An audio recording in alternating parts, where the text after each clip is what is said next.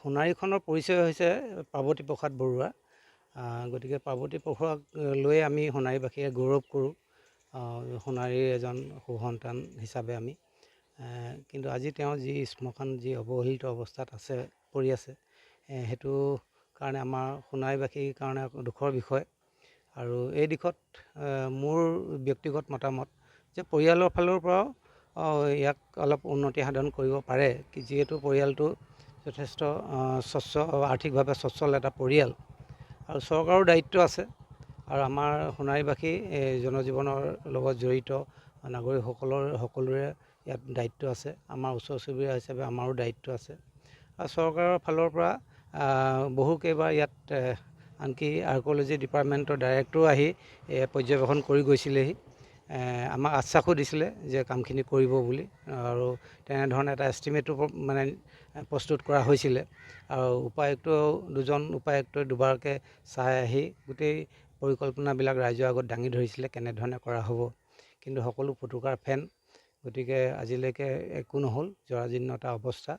গতিকে আমি তথাপিতো সোণাৰীবাসী ৰাইজক আমি অনুৰোধ জনাওঁ যাতে আমি সকলোৱে লগ লাগি আগবাঢ়ি আহক। আমি ৰাইজৰ ফালৰ পৰা যিমানখিনি পাৰি চৰকাৰৰ লগতো যোগাযোগ কৰি আমি এই কামখিনি আধৰুৱা কামখিনি সম্পূৰ্ণ কৰিব পাৰোঁ। সোণাৰীখনৰ পৰিচয় হৈছে পাৰ্বতী প্ৰসাদ বৰুৱা। গতিকে পাৰ্বতী প্ৰসাদক লৈ আমি সোণাৰীবাসীয়ে গৌৰৱ কৰোঁ। সোণাৰীৰ এজন সুসন্তান হিচাপে আমি কিন্তু আজি তেওঁ যি শ্মশান যি অৱহেলিত অৱস্থাত আছে পৰি আছে, সেইটো কাৰণে আমাৰ সোণাৰীবাসীৰ কাৰণে দুখৰ বিষয়।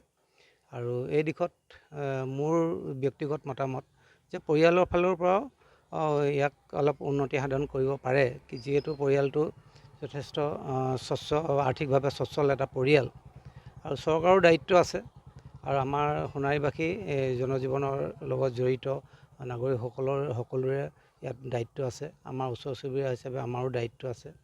আৰু চৰকাৰৰ ফালৰ পৰা বহুকেইবাৰ ইয়াত আনকি আৰ্ক'লজি ডিপাৰ্টমেণ্টৰ ডাইৰেক্টৰো আহি পৰ্যবেক্ষণ কৰি গৈছিলেহি। আমাক আশ্বাসো দিছিলে যে কামখিনি কৰিব বুলি, আৰু তেনেধৰণে এটা এষ্টিমেটো মানে প্ৰস্তুত কৰা হৈছিলে। আৰু দুজন উপায়ুক্তই দুবাৰকৈ চাই আহি গোটেই পৰিকল্পনাবিলাক ৰাইজৰ আগত দাঙি ধৰিছিলে কেনেধৰণে কৰা হ'ব, কিন্তু সকলো ফুটুকাৰ ফেন। গতিকে আজিলৈকে একো নহ'ল, জৰাজীৰ্ণতা অৱস্থা।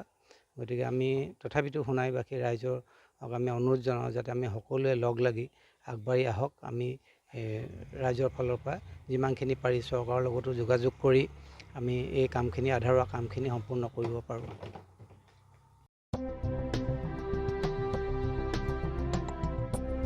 গৰু, গাহৰি, হাঁহ, ছাগলী, কুকুৰা আদিৰ বাবে জনপ্ৰিয় দানাৰ নামটোৱেই হ'ল বিয়ম। বিয়ম এই অসমৰ উদ্যোগ। গতিকে বিতৰকসকলে অতি শীঘ্ৰেই বিয়ম উদ্যোগৰ লগত যোগাযোগ কৰক।